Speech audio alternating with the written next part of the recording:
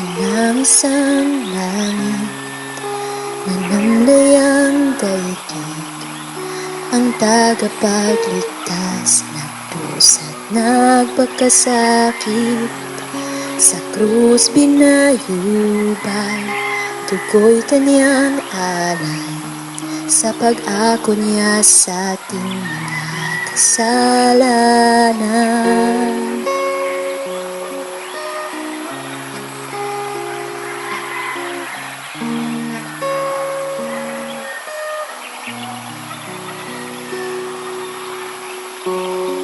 Sa kanyang huling hininga, tinalikuran ng langit, ang anak ng Diyos binalot ng kadiliman. Nilabanan ng dilim, maging ang libingan, kinapi niya kapangyarihan ng kamatayan. Ang lupa ay nayanig, ang libingan ay bukas, ang pag-ibig niya hindi mapipigilan, at ang kamatayan walang kapangyarihan sa haring nagtagumpay. Walang hanggang sasambahin, walang hanggang siya'y tatanghal, walang hanggang siya'y buhay, siya'y buhay, si Jesus ay buhay.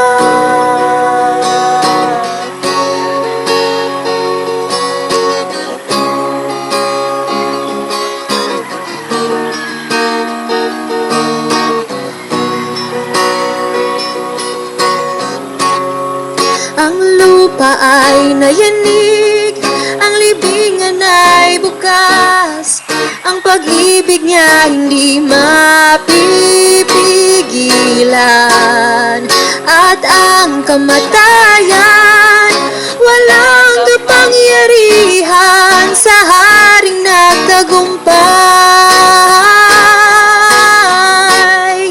Ang lupa ay nayanig, ang libingan ay bukas, ang pag-ibig niya hindi mapipigilan, at ang kamatayan walang kapangyarihan sa haring nagtagumpay. Walang hanggang sasambahin, walang hanggang siya'y tatanghal, walang hanggang siya'y buhay, siya'y buhay, si Jesus ay buhay. Walang hanggang sasambahin, walang hanggang siya'y tatanghal, walang hanggang siya'y buhay, siya'y buhay, si Jesus ay buhay.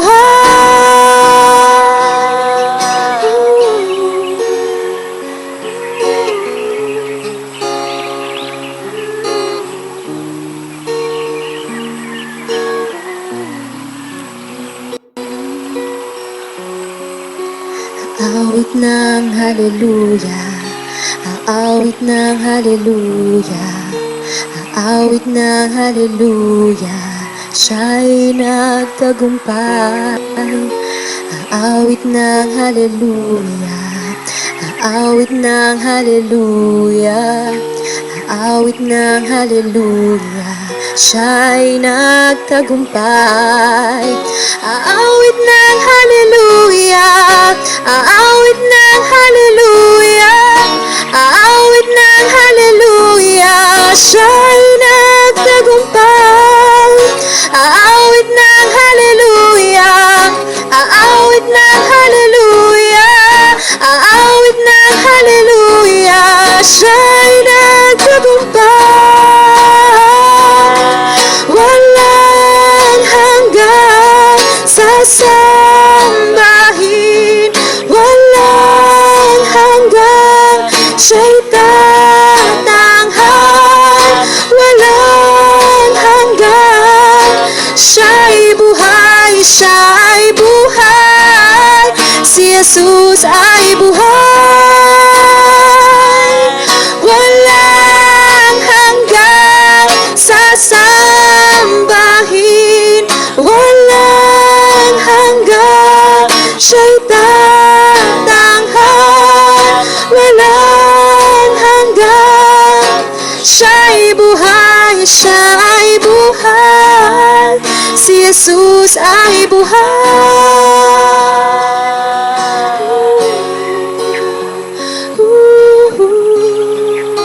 Siya'y buhay.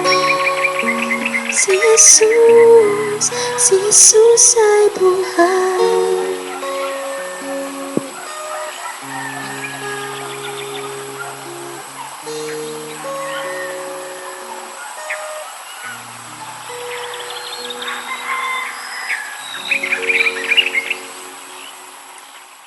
Isang mapagpalang araw sa inyong lahat. Purihin po ang ating Panginoon. Ang araw po na ito ay araw na ating pong ginugunita. Sineselebrate ang muling pagkabuhay ng ating Panginoon Jesus. Kaya naman po sa araw po na ito, sa pagbubulay po natin, silipin natin ang ilang mga pananalita ng ating Panginoon Jesus. Marami po kasi maraming mga sermon, mga libro patungkol po sa huling 7 wika ng ating Panginoon Jesus sa krus ng Kalbaryo. Napag-aralan po natin ang Biyernes. Ang mga salitang ito ay nagpapaliwanag ng layunin, mga bagay po na ginawa ng Panginoong Yesus doon sa krus ng Kalbaryo. Nagpapakita ng katangian ni Kristo. Pero ngayon po, sa muling pagkabuhay ng ating Panginoong Yesus, silipin po natin ang mga unang 7 winika ng nabuhay na tagapagligtas. Pagkatapos ng pagkabuhay na maguli ng ating Panginoong Yesus, ay nagpaliwanag siya kung ano ang mga dapat gawin natin bilang mga mananampalataya ng Panginoon. At silipin natin ano nga ba ang kaloob ng mga pananalitang ito ng ating Panginoong Yesus. Ang 7 wika ni Kristo sa krus ng Kalbaryo, uling 7 wika ng Panginoong Yesus, mensahe ng Diyos para sa buong mundo. Pero ang unang 7 winika ng nabuhay na Kristo, ang ating Panginoong Yesus ay nagbibigay ng mensahe mula sa Diyos sa simbahan, sa kanyang mga lingkod, para po sa atin. Bulayin po natin sa araw po na ito ang mga unang 7 winika ng ating nabuhay na tagapagligtas. Makikita po natin sa John chapter 20. Beginning verse 11 hanggang verse 18, ilang mga pananalita and sa mga karugtong pa ng mga talata. Ang sabi po ng salita ng Diyos, si Maria ay nakatayong umiyak sa labas ng libingan. Nang yumuko siya, sumilip roon sa loob, may nakita siyang 2 anghel na nakadamit na puti at nakaupo sa pinaglalagyan ng bangkay ni Jesus. Ang isa'y sa gawing ulunan, ang isa na may sa paanan. Tinanong nila si Maria, "Babae, bakit ka umiiyak?" Sumagot siya, "May kumuha po sa aking Panginoon at hindi ko po alam kung saan siya dinala." Pagkasabi nito'y napalingon siya. Nakita niya si Jesus na nakatayo roon, ngunit hindi niya nakilala si Jesus yon. Tinanong siya ni Jesus, "Babae, bakit ka umiiyak? Sino ang hinahanap mo?" Akala ni Maria, ang kausap niya ang hardinero, kaya sinabi niya, "Ginoo, kung kayo po yung kumuha sa kanya, pakituro po ninyo sa akin kung saan ninyo siya dinala at kukunin ko." Verse 14, "Maria," sabi ni Jesus. Umarap siya at kanyang sinabi, sa wikang Hebreo, "Rabboni," nang ibig sabihin, guro. Sabi ni Jesus, "Huwag mo akong hawakan sapagkat hindi pa ako nakakapunta sa Ama. Sa halip, pumunta ka sa aking mga kapatid at sabihin mo sa kanila na aakyat ako sa aking Ama at inyong Ama, sa aking Diyos at sa inyong Diyos." Kaya si Maria Magdalena ay pumunta sa mga alagad at sinabi sa kanila, "Nakita ko ang Panginoon." Sinabi niya sa kanila ang dilin ni Jesus. Yumuko lang po tayo at pumikit. Pasalamatan natin ang Panginoon sa kaniyang salita. Maraming salamat, Panginoon, sa iyong buhay at banal na salita. Sa umaga po na ito, sa aming pagbubulay ng yung mga paunang mga pananalita pagkatapos ng iyong muling pagkabuhay, nangusap ko kayo sa buhay namin. Maunawaan namin anuman ang mga tagubilin mo na dapat po namin gawin at ipamuhay sa buhay nito. Pagpalain mo ang buhay ng bawat isa sa amin na tatanggap po ng iyong buhay at banal na salita. Ito po ang aming sa panalangin sa matamis na pangalan ng Panginoong Yesus. Amen. Palakpakan lang po natin ang ating Panginoon. Purihin po ang Diyos. Praise the Lord. Ang pagkabuhay na mag-uli ni Kristo ay himala ng mga himala. Dahil kung wala po ito, tagapagligtas, katiyakan, salita ng Diyos, wala pong kaligtasan. Higit sa lahat, walang pag-asa sa libingan, sa kamatayan. Kawalan ng pag-asa. Kaya po ang ebanghelyo ng pagkabuhay na mag-uli ay isang bagay na hindi natin dapat pinag-aalinlanganan. Ito'y kailangan na pananampalatayaan natin at isang hindi mapipigilan na puwersa sa buhay ng mga mananampalataya ng Panginoon dahil ito ang katotohanan. Tingnan po natin ang 7 unang pananalita ng nabuhay na tagapagligtas si Jesus. Nagsalita po sa unang linggo ng pagkabuhay at makikita po natin kung paano natin ito maisa sa buhay para sa atin. Unahin po natin, sabi ng verse 15, sabi po ng Panginoong Yesus, babae, bakit ka umiiyak? Sino ang hinahanap? Ito po ang unang pananalita ni Kristo pagkatapos ng muling pagkabuhay sa isang babae, sa isang hardin. Siguro po kung maiisip natin, isang babae sa isang hardin, unang pananalita ng ating Panginoon. Mapag-iisipan po natin, kabuluhan po nito, dahil sa Genesis chapter 3, sa unang hardin, ay una rin tinanong ang babae, at dahil dito, pumasok ang kasalanan sa mundo. Ngayon, sa unang babae po, nagsalita ang ating Panginoong Yesus patungkol sa kalungkutan, patungkol sa kawalan, patungkol sa kakulangan sa buhay, patungkol po sa pagdurusa. Paano na unang pumasok sa mundo ang pagdurusa sa hardin sa hardin po ng Eden. Ngayon po, naririto ang ating Panginoong Yesus. Nangusap, bakit ka umiiyak? Sino ang hinahanap mo? Umiiyak po si Maria. Isipin, may pagluha dahil nawala ang ating tagapagligtas, nawala. Sa palagay po niya, nawala ang katawan ng ating Panginoong Yesus. May kumuha. May kalungkutan sa kanyang puso. Dama po nila dahil katapos ng kamatayan ni Jesus doon sa krus ng Kalbaryo, alam nilang hindi na nila makakasama ang ating Panginoong Yesus. Kaya may lungkot sa kanilang puso. Tayo po may mga napagdadaan ng mga pagluha sa mga nagdaang mga taon ng buhay natin. Sa nakalipas na taon, hanggang sa ngayon, patuloy pa rin po ang pandemya ng COVID-19. Marami pa rin po siguro sa atin, sa bawat pananalangin, tayo po ay naluluha. At may nasasabi natin, Lord, nauubusan na kami ng pag-asa. Nawawalan na kami ng pag-asa.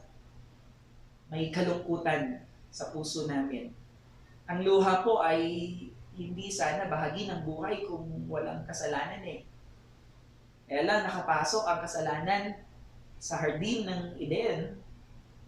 Pero kahit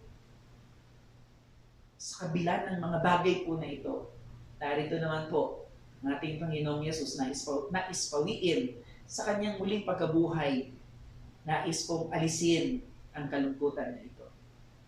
Tandaan natin, kahit po ang Panginoong Yesus umiyak din, marami tayong mga karanasan sa buhay natin. Sa buhay po na ito, na puno ng kalungkutan, puno ng suliranin, puno ng kawalan ng pag-asa. Pero narito po si Jesus, nakatayo sa lugar ng kanyang pagkabuhay na mag-uli. Again, tinanong niya, bakit ka umiiyak? Hindi po niya inalis yung luha sa kanyang mga mata, pero nandoon siya bilang sagot sa kanyang pagluha. Hindi po niya aalisin ang mga luha sa buhay po natin. Pero buhay si Jesus, kasama po natin ang Panginoon. Ano man yung mga pagdurusa, ano man po yung kalungkutan, ano man po yung dahilan ng mga pagluha natin, si Jesus ang tugon ng Diyos Siya ang kasagutan sa mga niluluhan natin sa panahon po na ito. At isang araw, sabi po ng pahayag, 21:4, at papahirin ng Diyos ang lahat ng luha sa kanilang mga mata.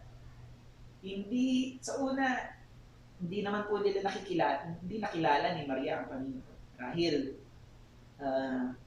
sa kanyang luha, dahil sa araw po na yun, sabi nga po niya, posible dahil nakatalukbong siya, dahil na araw, na hangin, panahon, o marahil dahil hindi niya siya hinahanap. Pero naniniwala po ako, ikaw at ako, sa mga pagluha natin, sa mga pasaning habang naglalakbay tayo sa mundo na ito, pasalamat po tayo sa Panginoon. Sa araw ay papahirin ng Panginoon ang lahat ng mga luha na ito. Magpakailanman hindi na po tayo luluha.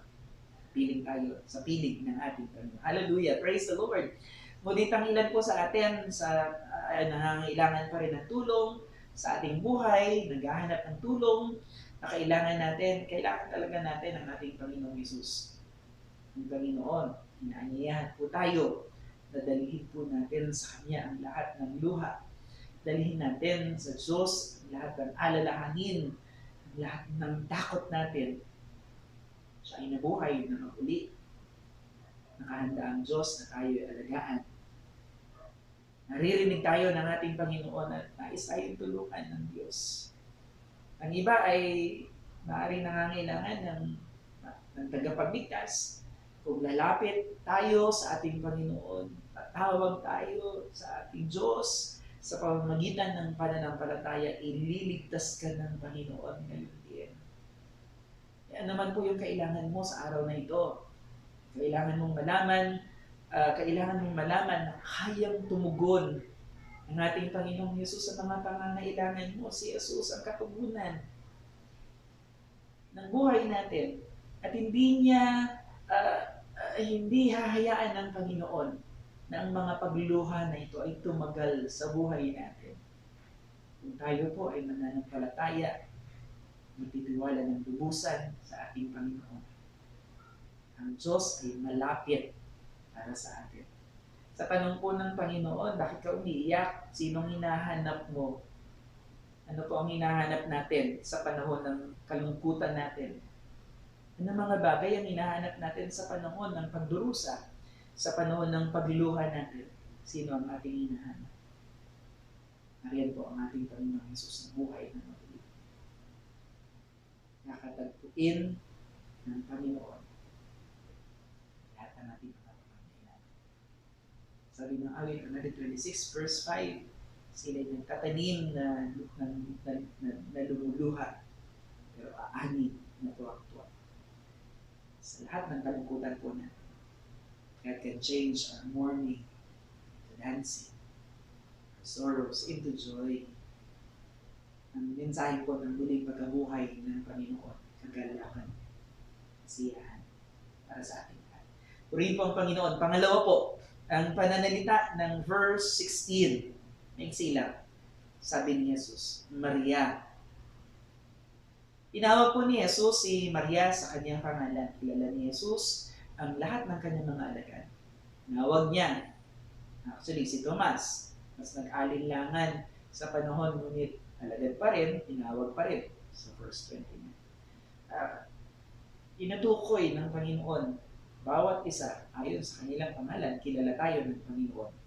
Kapag naiisip natin ang lahat ng mga taong sumusunod kay Kristo, parang mahirap paniwalaan na alam at tinatawagan tayo ng ating Panginoon sa ating mga pangalan. Gayunpaman, ang katotohanan ay napakalinaw sa salita ng Panginoon.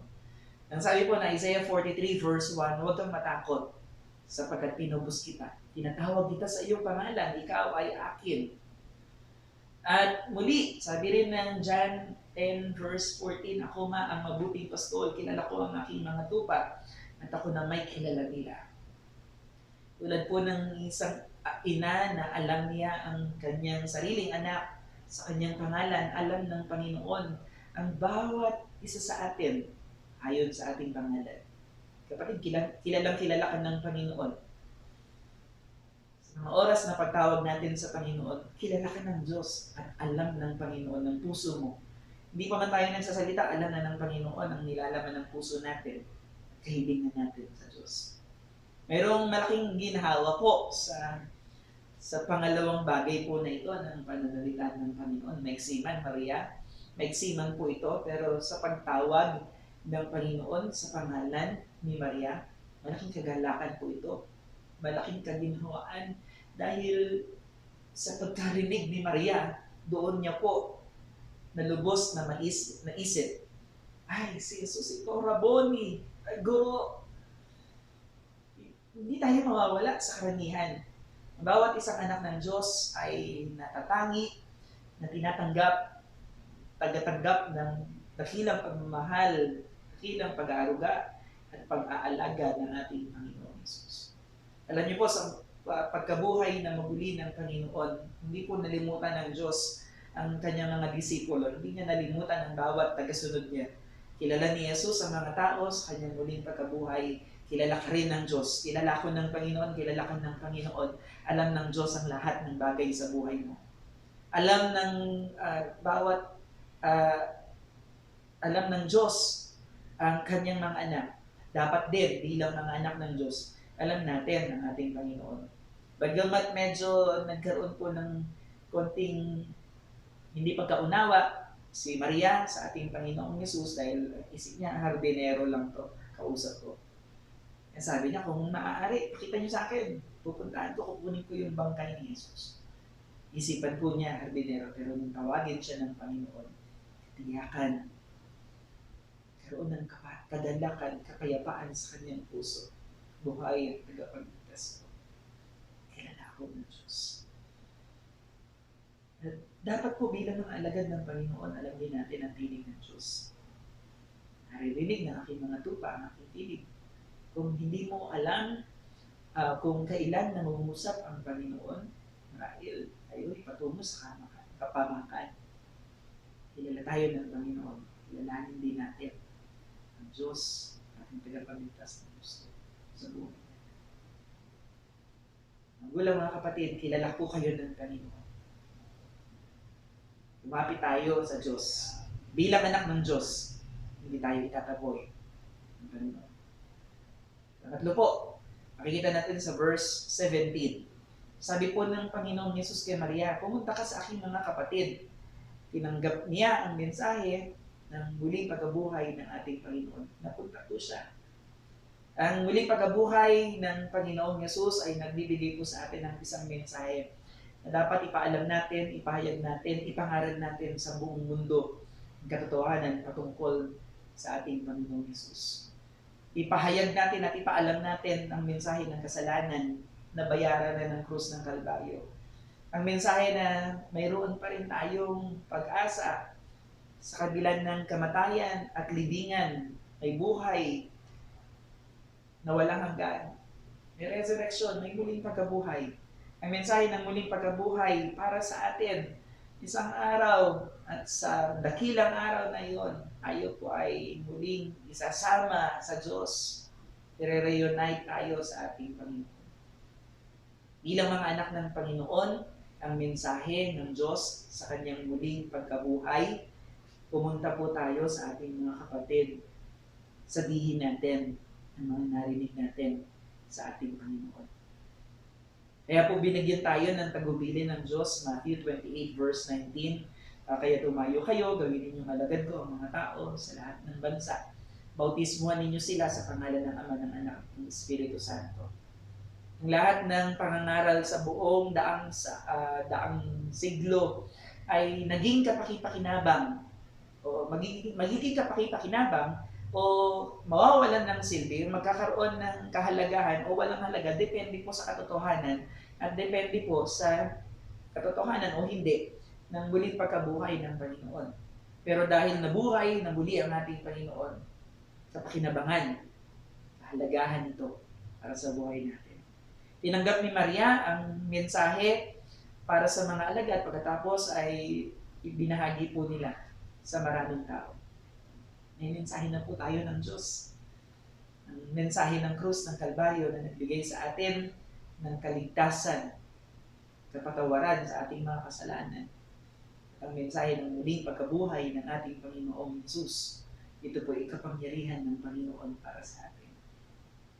Kaya ba nating ibahagi o ipangaral ang mensahe ng kaligtasan ng ating Panginoon? Sasabihin niyo po ba ito sa iba? Mga magulang, mga kapatid, sa pangatlong pananalita, winika po ng ating Panginoong Yesus. Umayo tayo, pumunta tayo sa ating mga kapatid kung paano tinanggap natin ang mensahe ng muling pagkabuhay ni Kristo, natin kung itong ibahagi sa kanila. Pero share the gospel. Abutin po natin sila ng salita ng ating Panginoon. Pang-apat po ay makikita na ho natin, hindi na ho natin nabasa kanina, pero sabi ng verse 19, John 20:19-21, tumayo siya sa kalagitnaan nila. So, sa grupo po ng mga disipulo ng ating Panginoon, tumayo si Jesus sa kalagitnaan. Kanyang sinabi, sumainyo ang kapayapaan. Sa panahon na si Jesus ay ipinako sa krus ng Kalbaryo, ang mga disipulo po ng Panginoon ay nagkaroon ng kabuluhan sa puso. Natakot, naduwag, nangamba, nag-alala. Baka sila din ay hulihin, baka sila din ay patayin. Nagpulasan po sila, nagtago po sila. May pangamba sa kanilang puso. Kaya bilang pagpapalakas ng ating Panginoon, sa ika-4 na pananalita ng Panginoong Hesus sa kanyang muling pagkabuhay, ito po ay ang pangako ng kapayapaan. Kapayapaan sa Diyos, kapayapaan ng Diyos nasa sa atin. Ang kapayapaan po na hindi naghahanap ng kasalanan o kamalian. Pwede naman kasi, kayo, pwedeng sisihin ni Jesus sa mga disipulo, nasaan kayo? Nung ako ay hinuli ng mga gwardya, nasaan kayo nung ipinako ako sa krus ng Kalbaryo? Pero hindi po ito naghanap ng kasalanan o kamalian ng iba. Ang kapayapaan po na hindi pagsaway o paninermon po ang pananalita ng ating Panginoong Yesus. Taglay ang pagmamahal, ang pag-ibig na kung papaano po sa kabila ng kakulangan ng mga disipulo ng ating Panginoon, sa gitna po ng kasalanan na alam natin, ang kasalanan ang nag-aalis ng kapayapaan. Gumugulo sa puso, nagbabagabag ng budhi, kaguluhan dahil sa ating kasalanan. Narito ang ating Panginoong Yesus, tagapagdala ng kapayapaan, prinsipe ng kapayapaan. Walang kapayapaan na matatagpuan sa mundo. Mariyan ng away, digmaan, takot, kaguluhan, walang kapayapaan. Pero paano tayo makakahanap ng kapayapaan? Takot tayo dahil sa pandemya, takot tayo na magkaroon ng sakit, takot tayo na mahawaan ng COVID-19, takot tayo na mawalan ng trabaho, walang makain, walang ikabubuhay. Marami pong takot sa puso natin. Ito po ay nag-aalis ng kapayapaan, nababagbag tayo, nag-aalala tayo, naguguluhan tayo. Pero alam niyo po, mensahe ng Panginoong Hesus sa pagdiriwang ng muling pagkabuhay ng Panginoon. Sa pamamagitan ng kabayaran ng kanyang muling pagkabuhay, narito ang kapayapaan ng Diyos. Kapayapaan sa Diyos at kapayapaan ng ating Panginoon. Sabi ng John 14:27, muli po binanggit ng Panginoon, kapayapaan ang iniiwan ko sa inyo, ang aking kapayapaan ay ibinibigay ko sa inyo. Hindi ito katulad ng kapayapaang ibinibigay ng mundo. Huwag mabagabag ang inyong kalooban. Huwag kayong matakot. Ang kapayapaang binanggit ni Jesus ay nagbibigay daan para sa mga mananampalataya ng Panginoon. Maging kalmado tayo. Maging panatag ang puso natin. Kahit na po sa nakakatakot, kalalagayan ng buhay natin, sa kabila ng pandemya, kaguluhan, panatag, mayapa. Tiwala tayo. Buhay si Jesus, si Jesu Kristo, kinikilala natin ang tagapagbigay ng kapayapaan sa buhay natin. Sinabi ni Jesus, ang aking kapayapaan ang ibinibigay ko sa inyo. Sabi ko doon yung salitang ang akin. Narito po yung susi ng kakaibang uri ng kapayapaan. Dahil ang kapayapaan po na ito ay ang kanyang sarili at personal na kapayapaan. Ito yung malalim, mayamang kapayapaan na nasa kanyang puso sa gitna ng panunuya, sa gitna ng kaaway, sa gitna po ng pagtataksil, sa lahat ng iba pang mga nakaharap niya doon sa krus ng Kalbaryo. Panatag siya, kalmado siya tungkol sa lahat ng ito. Hindi man natin ito katangian, pero dahil sa Diyos, kaya natin tanggapin ang kapayapaan ng Panginoon. Sa gitna po ng hindi maiintindihan na pagtutol, pag-uusig, si Jesus kalmado, payapa, hindi na babago. May kaguluhan sa puso natin, may pangamba sa puso natin, may takot tayo sa panahon po na ito. Mensahe ng muling pagkabuhay ng Panginoon. Be calm. Have peace. Manatag tayo. Mayapa po tayo sa ating Panginoon. Siya ay nabuhay na muli upang maibigay sa atin kapayapaan kailangan natin. Panglima, kung sabi po ng Panginoong Yesus kung paano sinugo ako ng Ama, sinusugo ko rin kayo, sabi ng first step. Tapos ilalingahan, sinabi, tanggapin ninyo ang aking Espiritu. Ang Espiritu Santo. Narito po ang tawag ng paglilingkod. Ang kapangyarihan maglingkod, mayroong tungkulin ang bawat isa po sa atin na dapat gawin para sa Panginoon. Iyon ang dahilan na iniwanan po niya tayo sa mundo po na ito sa halip na pwede naman tayong iuwinan ng Diyos sa langit Pagkatapos na maborn again, bakit ba nga mas maganda siguro pagkatapos mong maborn again, kuhanin ka na ng Panginoon para wala na. Madali na Sana ganon. Pero hindi po yun Ang kapangyarihan ng ating Panginoon, paanong sinugo ng Diyos Ama si Jesus, sinusugo din tayo ng ating Panginoon. Tapos po natin makakilala sa Panginoon, matapos tayong tumanggap, pinagtanggapin natin si Kristo sa ating puso, tapos tayong maborn again, tayo po ay binibigyan ng Diyos ng karapatan. Tayo po ay binibigyan ng Panginoon ng kapangyarihan para makapaglingkod. Wala tayong kapangyarihan kung wala siya. Inilagay niya ang kapangyarihan sa loob natin sa pamamagitan ng banal na Espiritu Santo. Gifts of the Spirit. Binigyan tayo ng krus.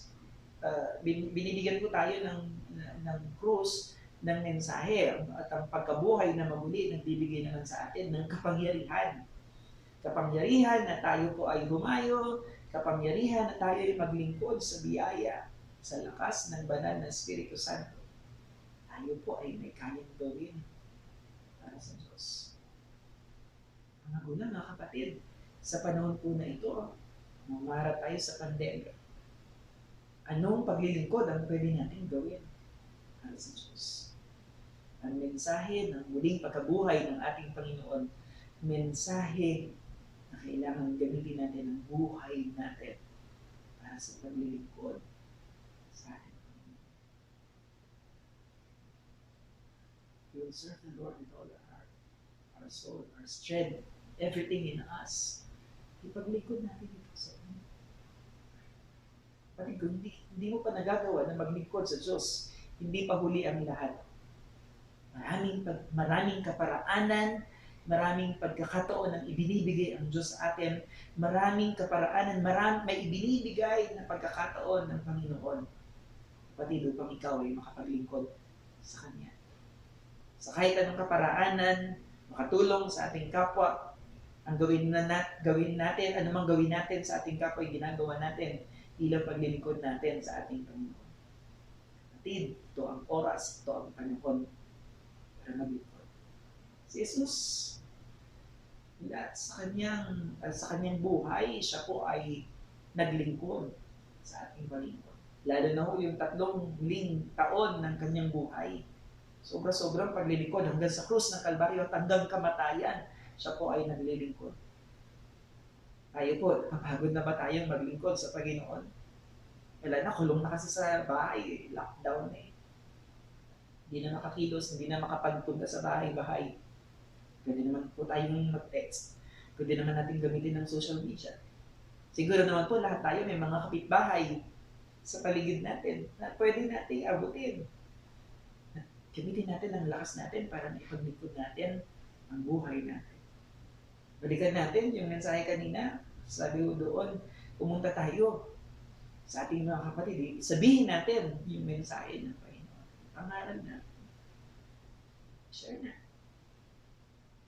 Yung mga napapanood natin sa Facebook, na mga messages ng ating pag-share ninyo. Kaya po natin na maglingkod sa ating kapwa. Tumulong tayo sa mga tao. Ito po ang tawag ng Diyos sa atin. Mga magulang, mga kapatid, sa panahon po na ito na hinaharap po natin ang panahon ng pandemya, ang subok po na ito, tayong matinag na magamit natin yung lakas natin para sa paglilingkod sa Diyos. Hindi po ito ang nagiging dahilan para po tayo ay tumigil na maglingkod sa ating Panginoon. Of course, ang pandemya na ito, ang pagsubok sa buhay natin, ito po yung lalong magiging lakas natin. Patuloy sa paglilingkod sa Diyos. Hindi po ba? Palakpakan niya ho natin ang ating Panginoon. Praise the Lord. Comment po kayo. I will serve the Lord with all my heart. Kung talagang nais niyo ba talaga na maglingkod sa Panginoon, nais po ninyo maglingkod sa Panginoon, comment natin, I will serve the Lord. Hanggat may buhay, hanggat may lakas, hindi ako titigil na maglingkod sa Kanya. Pang-anim, sabi po ng verse 27, ito na po yung kwento na kay Tomas. Sa unang pagpapakita ni Jesus, hindi po niya nakita. Nagkaroon ng duda, sabi ni Tomas, pag nakita ko ang Panginoong Jesus, pag nakita ko yung butas sa kanyang mga kamay, na ipasok ko yung daliri ko, naniniwala ako. Verse 27, ilagay mo ang yung daliri dito. Tingnan mo ang aking mga kamay. Ilagay mo ang yung mga kamay sa aking tagiliran. Sabi ni Jesus, huwag ka nang mag-alinlangan pa. Sa halip, maniwala ka.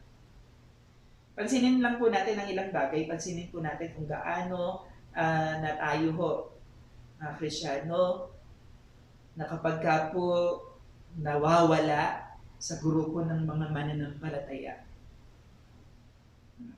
Hindi regular na umaattend sa church.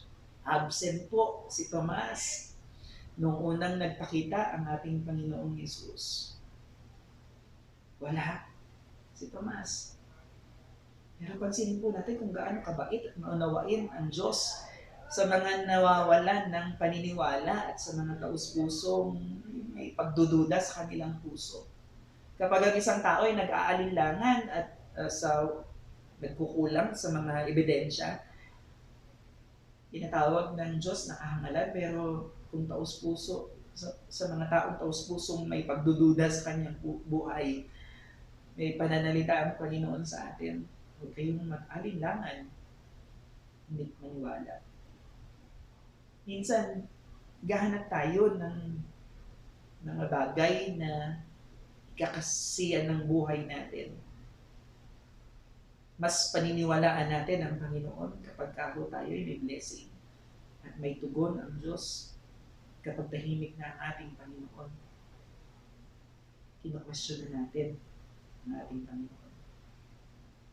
Kukulang yung pananalig natin sa Panginoon.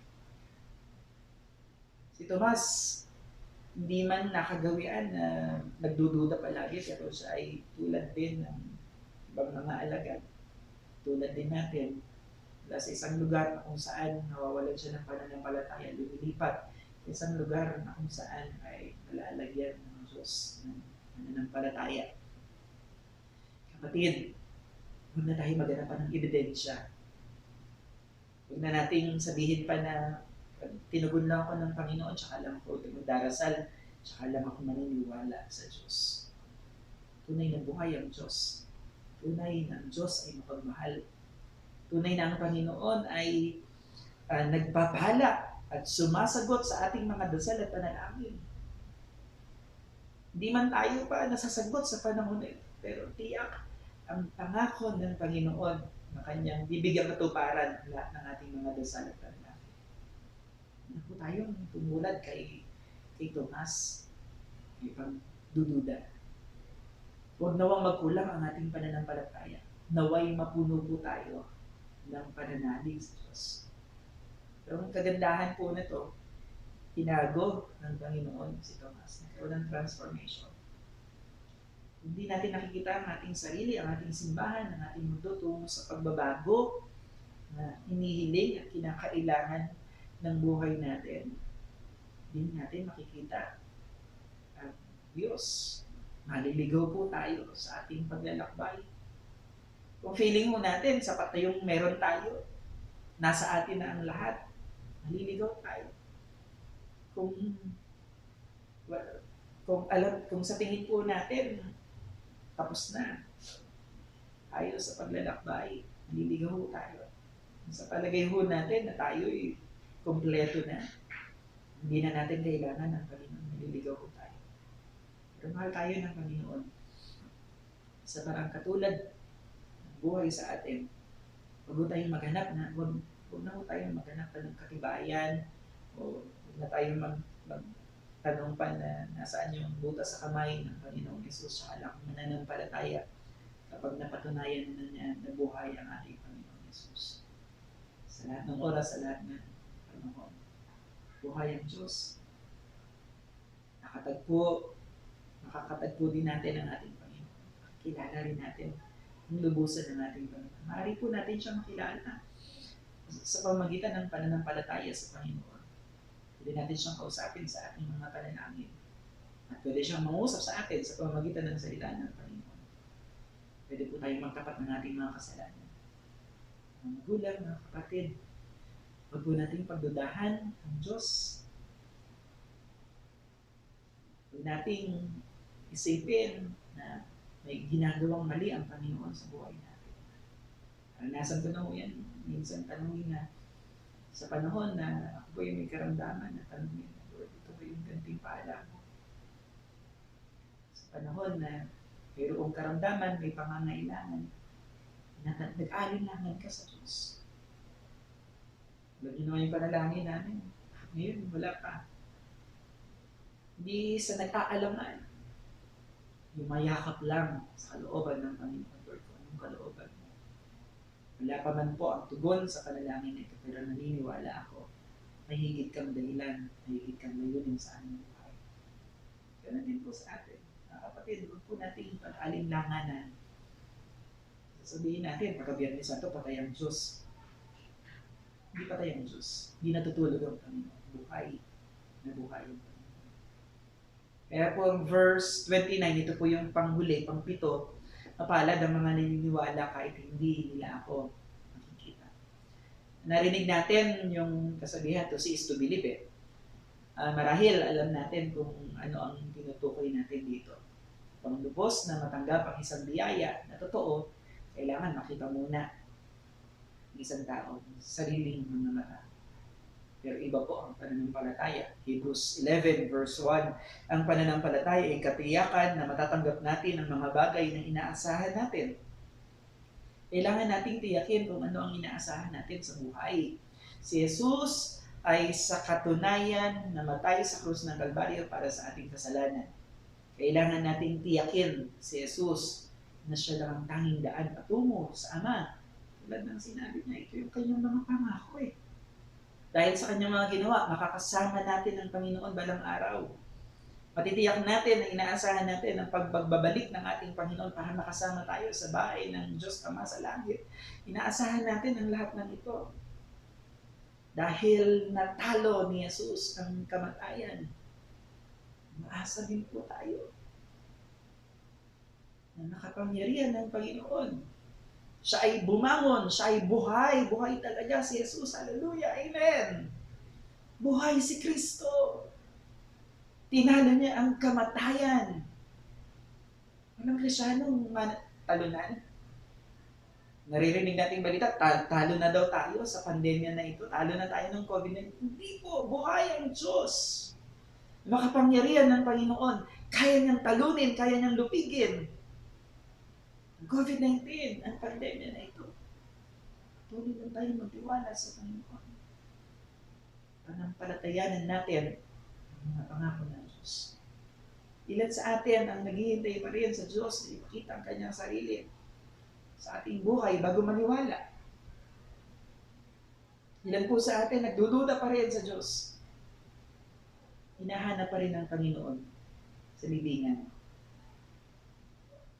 Lahat tayo ay nakakaranas ng pag-aalinlangan sa ilang mga punto ng buhay natin, gayon pa man ang pananatili sa isipan mo natin kung ano ang mga bagay na dumadaan para sa atin. Maliban sa ating Panginoon, ganyang kapangyarihan ay kaya niya igawad sa atin upang ang mga pagsubok at ang mga paghihirap ng buhay ay mapagtagumpayan natin. Kailangan lang mo natin hakbang ng may pananampalataya. Tandaan natin, ang pananampalataya ay sangkap ng mga bagay na inaasahan natin. Ito ang inaasahan natin. Ang katibayan ng mga bagay na hindi pa natin nakikita. Naasahan natin na magtatagumpay tayo lalo sa COVID-19. Inaasahan natin na tayo pagpapalain ng Panginoon sa panahon na ito. Inaasahan natin na tayo po ay may kilos na tatanggapin mula sa ating Panginoon. Inaasahan natin na tayo ay paggagalingin ng Diyos sa ating mga karamdaman. Umasa po tayo na makapangyarihan ng Panginoon kaya niyang tugunin ang lahat ng inyong panalangin. Ang pagtitiwala dito ang magbabago sa buhay natin. Napangawakan, ang mga pangako ng ating Panginoong Yesus. Sabi mo doon, pagpapalagi, mapalad ang mga naniniwala kahit hindi natin makita ang Diyos. Maniwala po tayo, magtiwala lang po tayo sa ating Panginoon. So, palatayanan lang po natin ang Diyos. Hindi kaya ko po bawat isa po sa atin. Sa pagpasok po namin sa linggo na ito, sa darating na ng araw, katotohanan na buhay si Jesus natin sa puso. Ito pala dito, magbabago sa ating buhay ng malaki. Nakita namin sa salita ng Diyos, tayo po ay magkakaroon ng kaligtasan. Mga magulang, mga kapatid, patuloy lang po natin panghawakan ang katotohanan. Diyos ay buhay. Ang Diyos ay buhay. Ipagdiwang natin, celebrate natin, ipagpasalamat natin.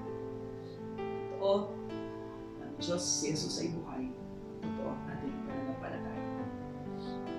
Kapangyarihan ng Diyos, tayo lahat.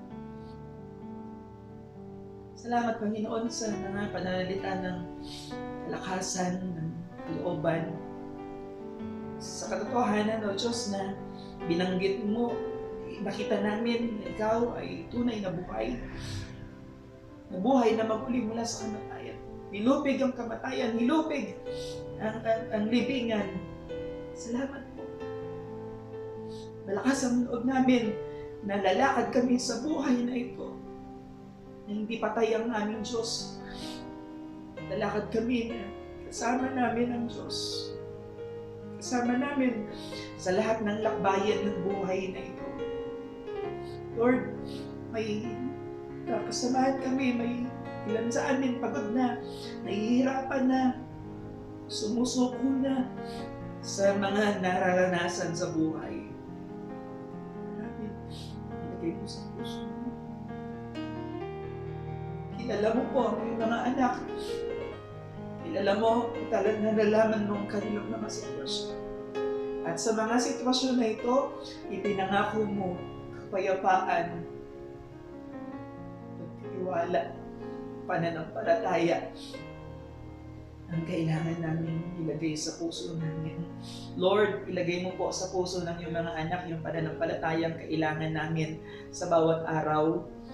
Nawa, Panginoon, anuman ang pinagdaraanan nila sa kanilang buhay o mga sitwasyon ng buhay po nila, I pray, lakasin mo po kami, patatagin mo po kami, Panginoon, hanggang sa malagpasan namin ang mga pagsubok na ito. Mananatili po kami sa iyong piling, mananatili po kami nakasama namin ang Diyos na nabuhay na magpuli. Purihin ka, Panginoon. Purihin ka, O Diyos. Buhay ang Diyos namin. Buhay, buhay na buhay. Kasama namin sa araw-araw upang kami ay makatanggap ng katagumpayan. Tagumpay mula sa sakit at karamdaman, tagumpay mula sa kasalanan at pagdurusa, tagumpay laban sa lahat ng gawa ng kaaway, tagumpay sa mga plano ng kaaway sa buhay namin. We are victorious and we are overcomer through our Lord Jesus Christ. We are victors. Salamat po, Panginoon. Puspusin mo kami at punuin ang biyaya ng kalangitan sa bawat araw ng buhay namin. Pinapuri ka namin at pinapasalamatan, Panginoon, dakila ka, Panginoon, sa buhay namin. Ikaw lamang ang aming pararangalan, luluwalhatiin at dadakilain. Ito po ang aming samang panalangin sa matamis na pangalan ng aming Panginoon Jesus. Amen. Palakpakan po natin ang ating Panginoon. Praise the Lord. Purihin po ang ating Panginoon. Hallelujah.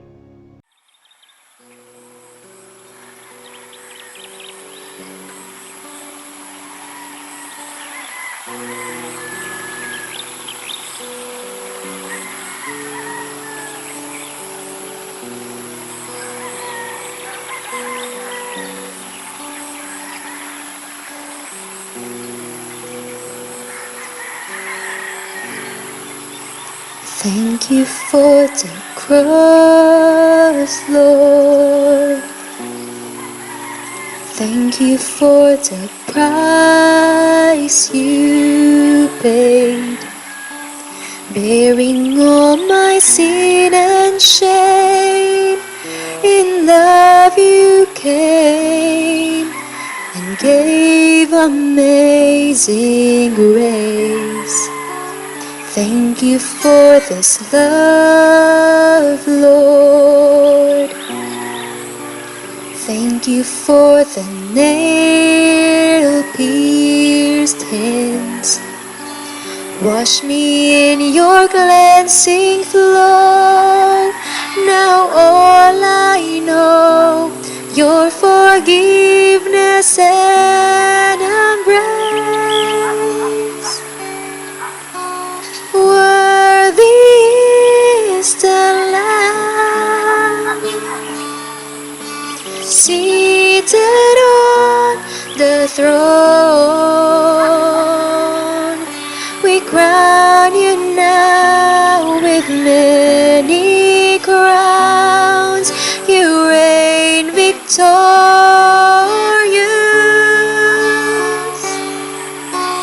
high and lifted up.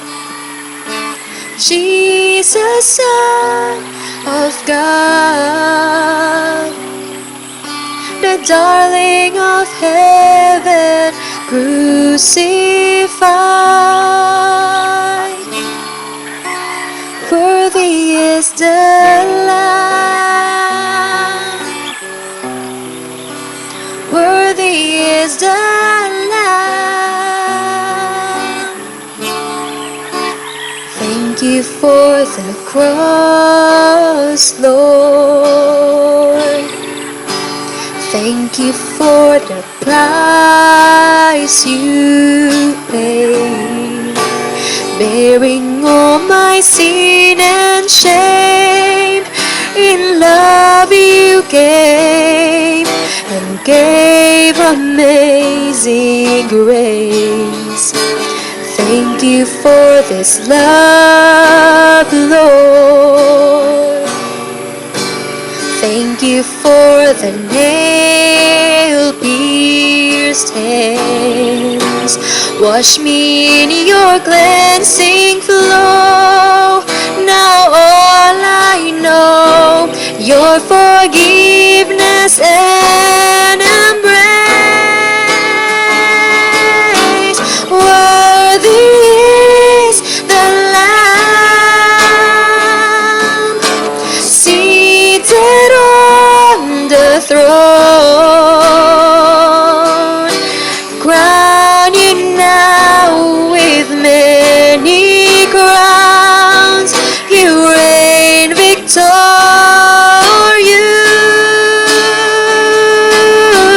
high and lifted up.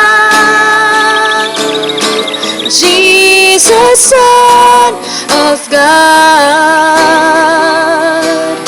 the darling of heaven, crucified. Worthy is the Lamb.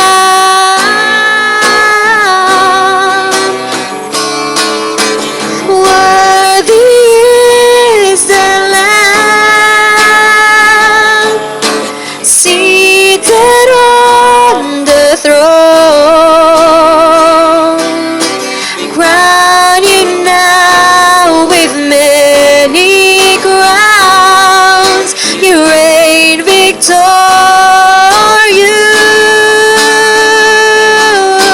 high and lifted up. Jesus, Son of God, the darling of heaven, crucified. Worthy is the Lamb. You are high and lifted up. Jesus, Son of God, the darling of heaven, crucified. Worthy is the Lamb.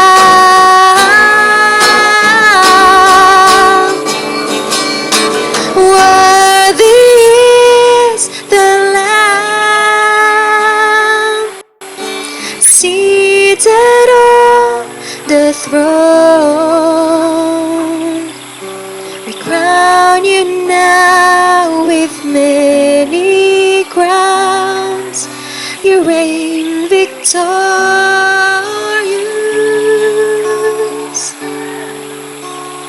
high and lifted up.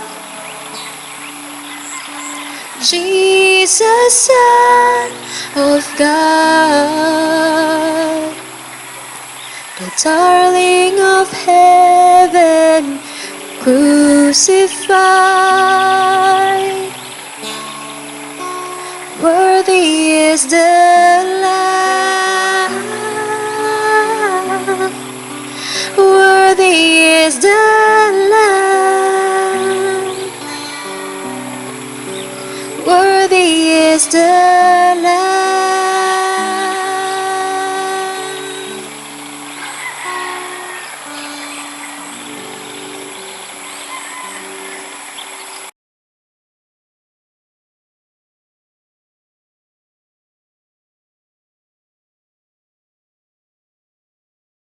Purihin po ang ating Panginoon dahil ngayon po ay unang linggo ng buwan po ng Abril. Tayo po ay darako sa ating pong Holy Communion for Sunday. So tayo po ay kumuha ng ating pong tinapay at ng juice na ating pong gagamitin. Tanano natin, ang tema po natin sa buwan po na ito, I am redeemed and I am prepared for eternity. Ang pagkakaroon po ng buhay na walang hanggan para maging handa po tayo sa buhay na walang hanggan, kailangan tinubos po tayo ng dugo ng Panginoong Yesus. Bilang pag-alaala po natin sa lahat ng ginawa ni Yesus sa buong Semana Santa po na ito, pagdiriwang at pag-alaala po sa kamatayan ng ating Panginoong Yesus hanggang sa muling pagkabuhay ng ating Panginoon. tanggapin po natin ang lahat ng benepisyo ng krus ng Kalbaryo. Sa araw po na ito, sa pagse-celebrate po natin ng Holy Communion para po sa buwan ng Abril, tanggapin natin ang lahat ng benepisyo ng krus ng Kalbaryo. Tanggapin natin ang benepisyo ng muling pagkabuhay ng ating Panginoong Hesus. Meron po tayong tinapay na sumisimbolo sa katawan ni Kristo at ng juice na sumisimbolo sa banal na dugo ng ating Panginoong Hesus.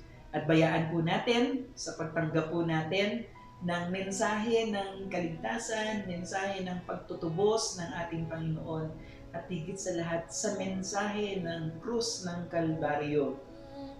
Alam ko pong ang tagumpay, alam ko pong ang biyaya, ang kapayapaan, ang lubusan ng puso, tugunan sa panalangin, ay atin pong tatanggapin mula sa ating Panginoon.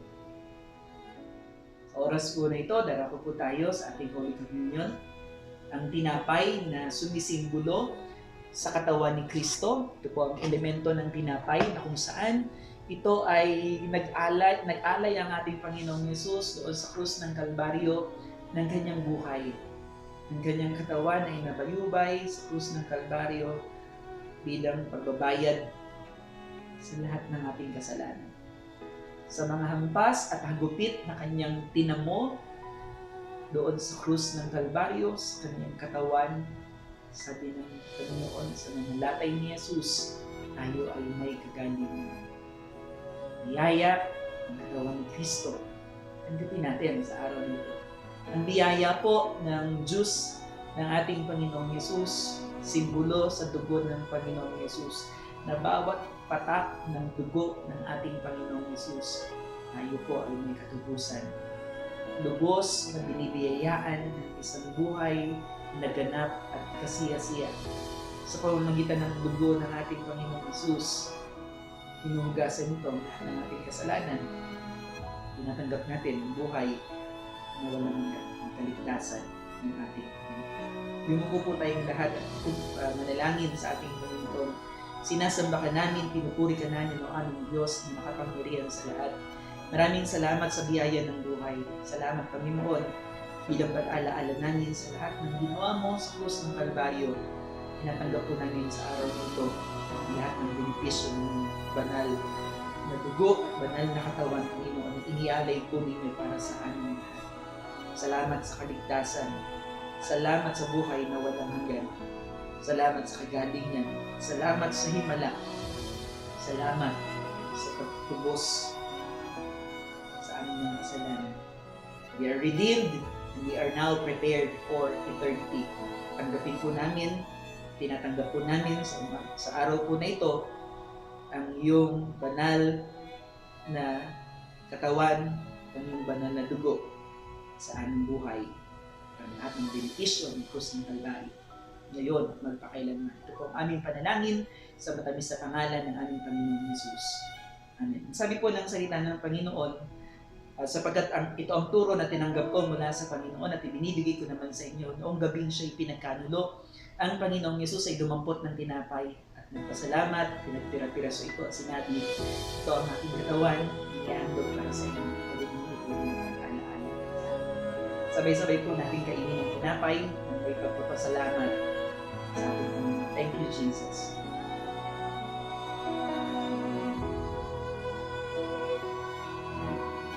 Tapos magapunan ay dumampot din siya ng kopa at sinabi, ang kopang ito ang bagong tipan na pinititibay ng aking dugo. Kung iinumin ninyo, gawin ninyo ito bilang pag-alaala sa akin. Sapagkat kung kakain ninyo, kakain kayo ng tinapay na ito at iinuman ng kopang ito, pinapahayan ninyo ang pamapayan ng Panginoon hindi sa kanyang lubing.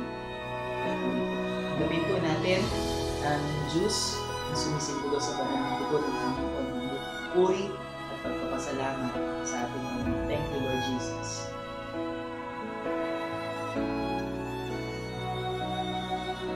Purihin po ang ating Panginoon. Sumayin niyo po ang biyaya ng ating Diyos ang ating maraming salamat po. Naway ang pagpapala ng Panginoon ay sumating lahat, ang pag-ibig ng ating Panginoon, at ang pagsama po ng Banal na Espiritu Santo ay nagana sa buhay natin ngayon at magpakailanman. God bless you po. Shalom, shalom, ang kapayapaan. Sumayin niyo po ang kapayapaan ng ating Panginoon. God bless.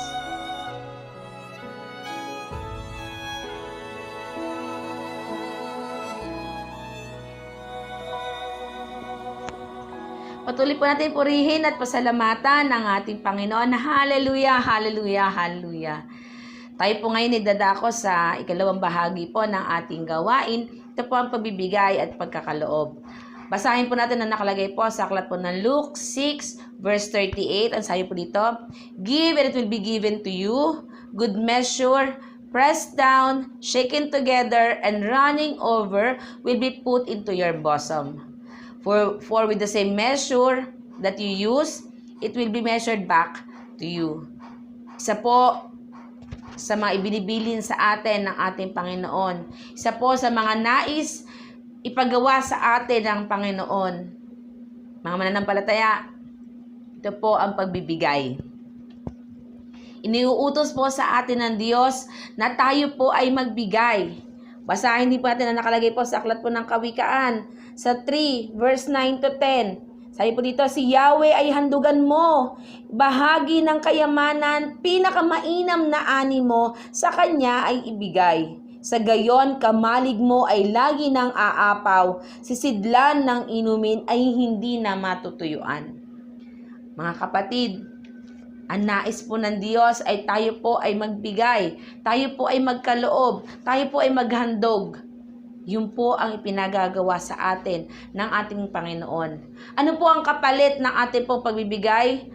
Nabasa rin po, nabanggit po ng Luke 6:38. Ibabalik po sa atin ng Panginoon. It will be given back to you. It will be given to you. Ibabalik sa atin ng Diyos na siksik, liglig, at umaapaw pa. Binanggit din po ng Kawikaan, sabi po dyan, ang ating mga kamalig ay nag-uumapaw. Ang mga sisidlan ng inumin ay hindi matutuyuan. Ganun po ang pagpapala ng Diyos. Once na bumalik sa atin, ganun po ang sistema na yon. Ganun po ang kaparaanan ng Diyos ng pagbabalik ng pagpapala niya. Hustong takal, siksik, liglig, at umaapaw po. Hindi po tayo pagkukulangin ng Diyos. Ano ba po yung pangalawa pong nais ipahatid sa atin ng Diyos? Sabi po dito, kung ano daw po yung sukat na ibinigay natin sa Panginoon, sabi, yun din daw po yung sukat na gagamitin sa atin. Kung gaano po tayo karami nagkaloob, ganun din po karami ang ibabalik ng Diyos sa atin. Nakalagay din po sa aklat po ng Kawikaan sa 11 verse 24. Ang sabi diyan, "Ang tao mapagbigay ay lalong yumayaman, ngunit naghihirap, sino? Yung mga tikumang kamay." Kaya nga po, ang nais po ng Diyos sa atin, tayo po ay lumunlad, tayo po ay umasenso. Ang nais po ng Diyos sa atin ay tayo po ay pagpalain. Isa lang po ang nais, ang sikreto ng pagpapala na iyan. Para maibalik po sa atin ang pagpapala. Isa lamang po ang sikreto, tayo po ay magbigay. Kaya mga kapatid, nais po ng Diyos na tayo ay pagpalain. Hindi papayag ang Diyos na hindi tayo pagpalain. Kaya nga po, lagi niya binibilin sa atin, magbigay tayo. Kaya mga kapatid, taas po natin ating pong mga kaloob, taas po natin ating mga ikapo, at patuloy natin ideklara, I am a tither, I am blessed, I am protected, and I am highly favored by God. Sabay-sabay po tayo.